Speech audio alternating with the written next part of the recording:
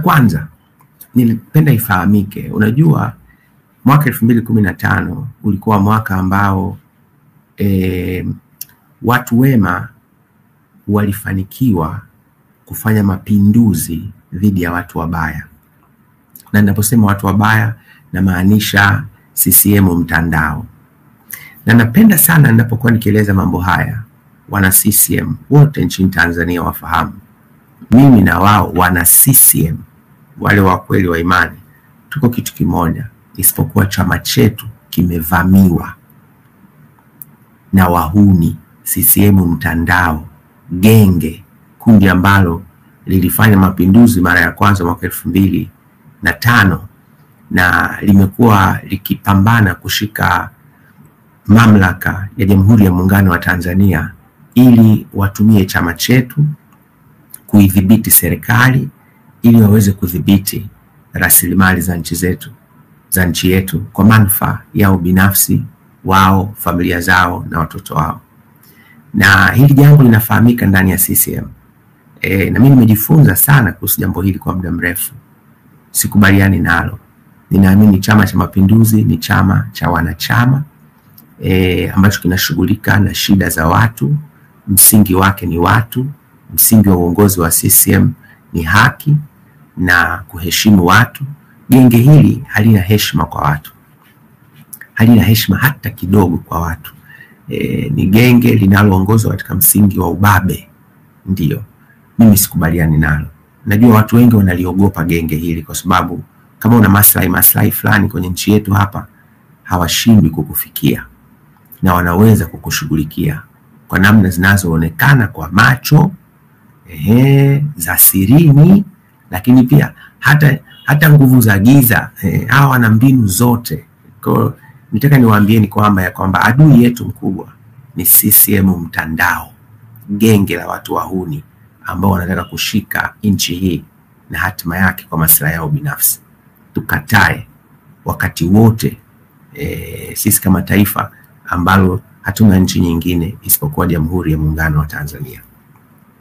Sasa la kwanza nilisema nimseme Rostam.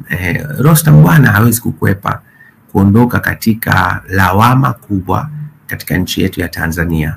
Rostam huyu hata chama kilipoharibikiwa sana mwaka 2011 tathmini ilipofanyika na mzee Wilson Mkama, nitakuwa namtaja mpaka yeye atakapokuja kukana kwamba ndiye aliyekuwa katibu mkuu aliyotusanua mara ya kwanza kwamba tunaliwa na kundi hili la mtandao, akatengeneza taarifa ya kina ya kukifanyia mageuzi Chama cha Mapinduzi. Mageuzi hayo hayakuwezekana, yakawekwa kando na katibu mkuu akaondolewa, ndugu Wilson Mkama. Anajua historia vizuri sana na nafikiri katika baadhi ya vitu vimemfrustrate kweli mzee Mkama. Ni kazi ile nzuri alitaka kuifanya na hakuweza kuikamilisha. Sasa kundi la mtandao likaendelea. Mwaka 2015 likataka kuweka mtu wao, na lilivyo na tabia za kihuni kundi la mtandao linaweza likaweka mgombea ndani ya CCM na likaweka mgombea nje ya CCM. Na hii ni hatari sana. Maana mwaka 2015 utakumbuka waliweka mgombea ndani ya CCM, wakina mzee Mkapa wakapambana, tukafanikiwa kumtoa, lakini wakamchukua wakampeleka katika upinzani ili kama vipi huku tunakosa tukampatie kutoka upinzani. Lakini hata waliokuwa wamebaki CCM wakafile tena mgombea mwingine wakati ule, na ni sehemu ya kundi la mtandao nitamsema, lakini ameshatangulia mbele ya haki, ndugu yetu Bernard Camillus Membe akagombea ndani ya CCM. Aliposhindwa basi ikawa mtihani hapa na pale na nini, lakini 2020 alijitokeza akataka tena kugombea. Kwa utagundua ya kwamba watu hawa hawajawahi kuacha kupambana. Magufuli alipoingia madarakani, maadui zake wakubwa walikuwa kundi la CCM mtandao ambao liliamini Magufuli halindi wala kuendeleza maslahi yao ya kubagaza na kubananga nchi yetu ya Tanzania. Sasa tukaendelea hivi. Magufuli amekuwa na mapambano makubwa sana. Ninyi mlikuwa mnamuona mtu hodari mno, lakini waambie Magufuli alipitia wakati mgumu sana kama binadamu. mgumu sana. Na hapa namuomba Mama Janet Magufuli, mama yetu na familia yake wanisamehe kwa sababu ninazungumza mwanafamilia wao, mzazi wao, mume wake, lakini napenda kuwakumbusha na wao wanajua Rais Magufuli alikuwa rais wetu. Sisi wengine alikuwa ndugu yetu na kiongozi wetu, na tumefanya kazi naye karibia kila siku. Kwa hiyo ile share ya Magufuli wote tunayo. Ndio maana hata kwenye kampeni umesikia juzi kwamba hata marafiki alikuwa nao. Bahati nzuri mimi sikubahatika kuwa rafiki wa Magufuli, lakini nilikuwa sehemu ya wasaidizi wake waliofanya naye kazi kwa karibu sana katika kipindi chote cha uongozi wake mpaka alipotangulia mbele ya haki. Kwa naporudia mambo haya sisemi kwa maana ya kuleta maumivu kwenu, ninasema ili Watanzania wajue kwamba Magufuli alipambana sana. Alitoka hadharani kama mtu imara, lakini ukweli wa mambo ni kwamba alikuwa akiumia sana ndani kwa namna alivyokuwa anahujumiwa. Na walikuwa wanamhujumu sio wengine, ni CCM mtandao, na wanafahamika. Tumeshawataja mara kadhaa. Mzee wangu Kikwete yumo, Rostam Aziz yumo, mnielewa. Wako hapo. Leo nataka niwatajie hawa wawili ndio mara nyingi wanaonekana sana, lakini wako kadhaa. Wengine wametangulia mbele ya haki, lakini wako kadhaa. Sawa. Sasa hawa watu wamekuwa kimuinda mara nyingi, na walianza mapema sana wanamuinda. Na unajua kimkakati unapokuwa unamuinda mtu mwenye nguvu hasimami peke yake, huwa anasimama na watu wengine wanaomsaidia, na itajidhihirisha. Taarifa hizi nazisema kwa kujiamini, ziko idara ya usalama wanafahamu namna ambavyo mzee Kikwete alijitahidi sana mzee wangu yule kuhakikisha ya kwamba anamdhoofisha Magufuli katika namna ya kimkakati sana. Nitawapa mifano miwili. Katika miaka 5 ya Rais Magufuli madarakani, mzee Kikwete amefanya jitihada mara kadhaa, ama moja kwa moja ama kupitia vyombo vyetu, kushauri na kumshinikiza rais amtoe polepole kwenye nafasi ya uenezi, ujumbe wa kamati kuu na ujumbe wa halmashauri kuu, amtafutie kazi nyingine kwa sababu eneo hilo alikuwa halimfai, halimtoshi na halitendei haki. Sasa mwenyekiti wa chama ni Magufuli, ndio anayejua wasaidizi wake. Kwa viwango vya Magufuli aliona tunamsaidia, lakini kwa viwango vya mzee Kikwete aliona hatumsaidii Rais Magufuli. Mimi niliwaza sana kwa sababu mzee Kikwete ni mzee wangu. Nikajiuliza ni kipi ambacho Rais Magufuli anaona ninamsaidia vizuri ambacho mzee Kikwete anaona sikifanyi vizuri. Rais Magufuli alimpuuza mara zote. Akaona haitoshi, na alikuwa anajaribu kumpunguza nguvu kwa kumpunguzia nguvu wasaidizi wake. Siku moja nyinyi mashuhuda, nilikuwa pale Idi Nyundo Temeke, ukumbi wa halmashauri, na fundisha vijana wa chama. Rais Magufuli akaniita, akasema njoo Ikulu. Nikaaga vijana pale haraka. Vijana walikuwa siku ile watakumbuka historia. Nikakimbia mpaka Ikulu ya Dar es Salaam. Nilipofika akasema amesema nenda nyumbani, kwa maana ya nyumba rais annex. Nikafika, nikakuta yuko pale na wasaidizi wake. Akawatoa nje. Ukiingia annex pale akawatoa nje. Tukaingia kwenye chumba pale, tukazungumza mimi na ndugu Magufuli. Alizungumza kwa huzuni sana kwamba anahujumiwa. Kipindi kile ikawa imetoka agenda ya kwamba wanataka miaka ya urais iongezeke kutoka 5 kwenda 7. Rais akasema mtangulizi ananihujumu, anavumisha haya maneno kupitia watu wake ili mimi nionekane nina uchu wa madaraka, kwamba imefika pahala nataka niongeze kutoka miaka 5 kwenda miaka 7 niendelee kubaki madarakani. Mimi sina fikra hizo. Urais ni kazi ngumu. Nitakaa kwa mujibu wa katiba na sitaongeza hata dakika 5. Nitaondoka kwenye kazi hii.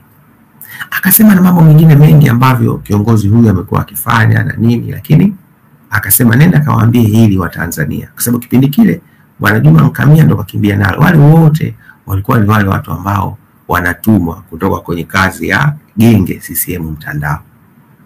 Haikuishia hapo. ikaendelea mbele sana. Hata anahamisha serikali kwenda Dodoma. Sasa wale ambao wanaamini katika ulimwengu wa roho, huko nako kuna mapambano makubwa. Hii nitaiacha kwenye familia yake. Alibidi atafute sehemu ambayo angalikuwa na amani ya nafsi, ya moyo, kutoa uongozi kwa Watanzania. Alihamia Dodoma, akikaa kwenye kile kiikulu kidogo alichokiacha Mwalimu Nyerere. Mimi na viongozi wangu wa CCM tumefanya kazi pale chini ya maelekezo yake mara kadhaa, kufanyia kazi mara kadhaa. Akajenga annex hata kabla ikulu rasmi haijakamilika kujengwa. Akahamia Dodoma, na kila mtu ahamie Dodoma. Juzi nimesikitika, jana wamefanya kampeni uzinduzi Dar es Salaam, wakati tulishakubaliana kila kitu cha kwanza kinaanza makao makuu ya nchi. Unaona kwenda bwana. Hili jambo moja. Sasa hawa watu wa CCM mtandao wameendelea kumzonga sana Rais Magufuli, wakimhujumu kwa namna yote. Nimepata kuambia mimi nimetaka kutekwa kipindi cha Rais Magufuli, na huu shahidi yupo na vyombo vinajua. Asa fikiria mimi nilikuwa ndio katibu wa itikadi na uenezi wa Chama cha Mapinduzi. Au kusema ni mtu salama, au wenda yeye ndo anataka kuleta vurumai, lakini mimi nimekuwa kwenye hatari ya kutekwa. Na wakina nani? Wale wanataka kumpunguza spidi Rais Magufuli. Haitoshi, tukaendelea hapo. Matukio au majaribio au taarifa za kudhuru maisha ya Magufuli yamejitokeza zaidi ya mara 3-4. Niliwaambia mara ya kwanza taarifa zimeletwa kwangu, nikamjulisha. Mara ya pili taarifa zimeletwa kwangu, nikamjulisha. Mara ya pili wale wanapokea, yule driver wa taxi anachukua nyaraka kutoka kwa kiongozi mmoja wa chama CCMB. Mimi mtanielewa. Mmoja wapo wa viongozi walikuwa wanasambaza ile bahasha yenye makodi mle ndani. Alikuwa ni mmoja wapo ya viongozi wa staff wa CCMB mle ndani. Yule driver taxi kama yupo atanisamehe nimesema mambo haya. Wametaja, wameandika kodi na majina Magufuli, Mangula. Hapo katikati mnakumbuka haikuchukua round. Mzee Mangula alilishwa sumu. Alikuwa ofisini. Isingekuwa kumharakisha hospitali tungezungumza mambo mengine. Lakini ukitazama vizuri, ni nani anatuwinda kipindi kile? Adui mkubwa wa Chama cha Mapinduzi na Tanzania, CCM mtandao. Hasa tunaendelea.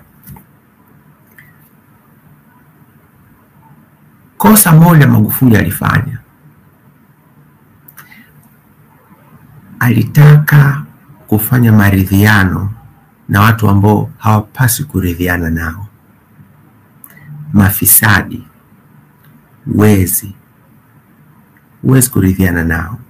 Huwezi kumgeuza fisi akawa paka, mnyama wa kukaa naye nyumbani. Utarudi siku amekula watoto wako wote. Hili kosa kubwa alilifanya Magufuli.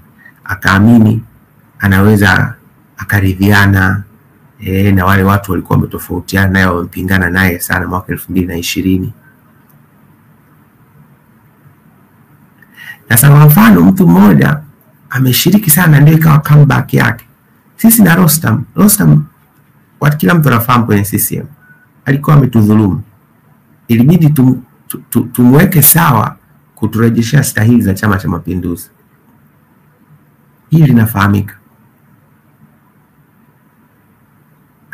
Yeye ndo akafanya akabroka Magufuli anakutana na Lowassa. Mimi nilimwambia Rais Magufuli, mwenyekiti, uko msimamo wa Tanzania wanakujua. Hawa watu hawajawahi kubadilika. Unayebadilika saizi ni wewe unaowaamini hawa ni watu waliobadilika. Hawa watu hawabadiliki. Hawatakuja kubadilika. Maslahi yao ni ya kudumu, kubananga na kubagaza nchi yetu ya Tanzania. Sasa unamshauri kiongozi mpaka hapo, kisha unaacha anafanya uamuzi wake. Siku akatwita, sisi tulikuwa Dodoma. Siku hii nilikuwepo mimi, Mzee Mangula na katibu mkuu kwa wakati huo Bashiru Ali. Tukaharakishwa kukimbia kwenda Dar es Salaam. Siku sinampokea Lowassa. Mimi kama siku moja mbili nimezungumza yale maneno na Rais Magufuli. Tumefika Lumumba pale, tumempokea. Mimi kazi yangu ilikuwa ni kuandaa mambo yote pale na nini, waandishi wa habari.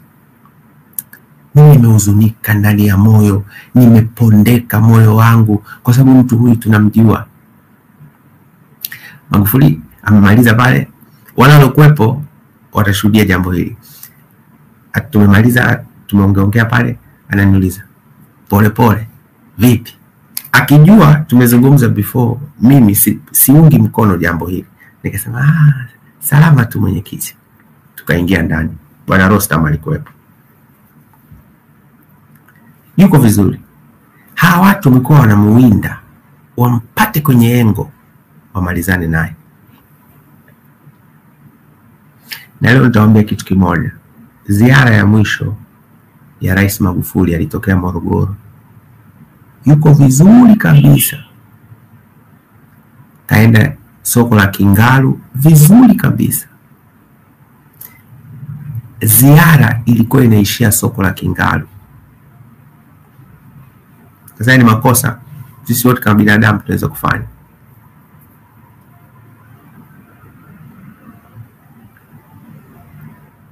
Akasema hapana, tunabaki Morogoro. Akaenda kuzindua viwanda Morogoro. Akamaliza kuzindua viwanda, kimoja wapo kilikuwa cha Rostam. Wale walikuwepo. Yaani kama kuna siku tutaka watu waulizwe maswali, wale walikuwepo pale siku ile waeleze kuna mazingira very strange yalifanyika siku ile, katika namna ambayo haikuwa imetarajiwa. Baada ya hapo rais anarudi Dar es Salaam, na hiyo ndio ilikuwa safari yake ya mwisho. Mimi katikati hapo nilikuwa Arusha, nikaitwa siku na kwenda kuzindua Magufuli stand ile mabasi ya kimataifa pale Mbezi. Nikatembea usiku, nikaja pale asubuhi Ubungo pale Mbezi, tukazungumza, tukazindua. Tukatoka hapo tukaenda polisi Kurasini, akazindua pale kiwanda cha mambo ya uniform za jeshi la polisi. Hapa nitawapeleka mbele na kurudisha nyuma. Mwaka 2020 wakati tunafanya mchakato wa uchaguzi,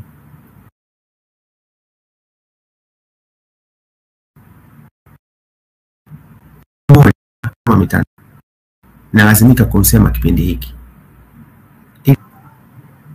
Mama Angela Kiziga. Sasa hivi ukitazama kokote rais anakwenda, yule mama yuko pembeni, mbunge wa Afrika Mashariki, lakini ipo kwenye ofisi binafsi ya rais.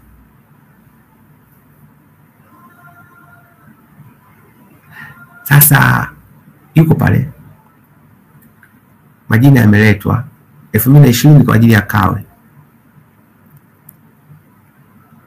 Amefanya vizuri. Aliyetoa hoja yule mama akatwa alikuwa John Pombe Joseph Magufuli, na akatoa sababu mbele ya kamati kuu. Makamu wote wawili walikuwepo, Mama Samia alikuwepo, Majaliwa alikuwepo, sisi wote tulikuwepo. Akasema huyu tuna kesi naye kuhusu uniform za jeshi la polisi. Amechukua hela, uniform hamna, na tunamfunga. Tukamweka pembeni. Siro akiwa IGP.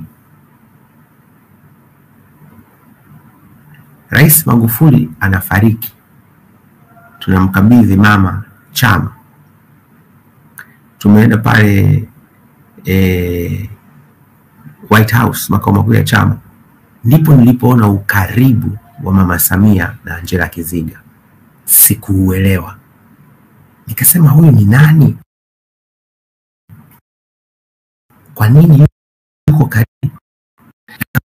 Ni mtuhumiwa kwa jambo serious kabisa. Inawezekanaje rais amefariki, umekuwa mwenyekiti, halafu uko close na huyu mtu? Ni mtihani.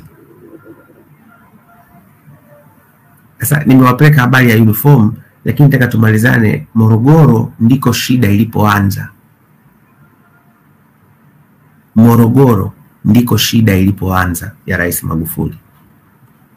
Alipokuja Dar es Salaam, tumesema tumeenda Magufuli stand, tumekwenda polisi pale Kurasini, ninaieleza habari ya Angela Kizinga. Tunatoka polisi Kurasini, tunakuja Channel 10, tunazindua Channel 10 ofisi, anakuwa na mkutano wa hadhara Mnazi Mmoja, anafungua soko pale Kisutu. Baada ya pale sisi wasaidizi tulichatenela mpaka kama wiki moja hivi, na ndio ikawa baada ya hapo mwisho wa Rais Magufuli wiki ya pili iliyofuata, na tukatangaziwa tarehe 17. Lakini matukio ya kusema ataondoka tumejadili mpaka kwenye kamati kuu.